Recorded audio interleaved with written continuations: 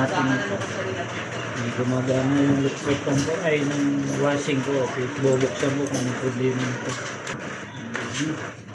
Bulok na yung mga screw na. Bulok. Ay na mabuksan dahil bulok na yung tornilyo. Ay screw niya.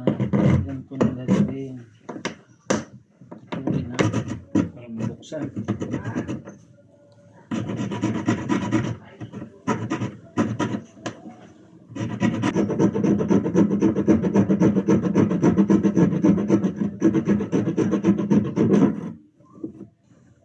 Putulin na natin.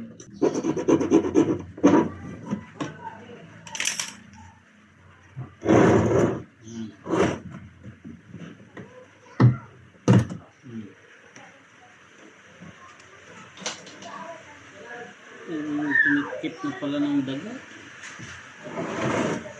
Mga wet.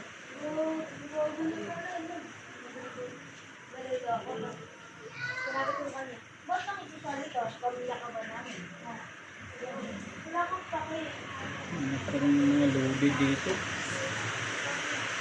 Tinikip na pala ng mga daga yung ano. Tinikip na ng daga.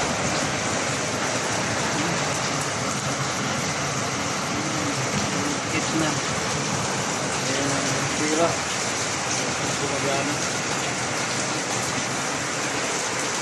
kaya gagawin ko pa ng paraan yan.